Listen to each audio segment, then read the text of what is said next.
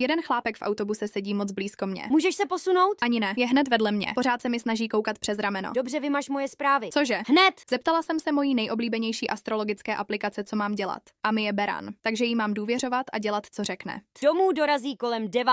večer. Řídí šedý Nissan Altima. Jeho žena se vrátí domů až kolem 11. večer. Na tu práci máme 2 hodiny. Zadní dveře mají špatný zámek. Když vynaložíme trochu úsilí, otevřou se hned. Můžeme se schovat v obýváku. Počkat, až si sedne na gauč. Pak se rozmáchneme baseballovou pálkou. A co zvuková izolace? Dost slušná. Pokud ho první ranou přivedeme do bezvědomí, měli bychom být v pohodě. V kufru auta mám připravené pláštěnky, abychom si nezašpinili oblečení. Taky mám pro jistotu nějaké antiseptikum. Já mám když tak plastovou folii, abychom mohli ochránit koberec a nezanechali po sobě žádné stopy. Mám také sadu na pitvu, kdyby to bylo nutné. Až bude práce hotová, můžeme jít nahoru a postarat se o trezor. Jak se zbavíme těla? Kyselinou už je připravená pod jeho postelí. Právě si přesedl El Mao. Kdyby si viděla ten jeho výraz. Snažím se tu neumřít smíchy. Po tváři mi tečou slzy.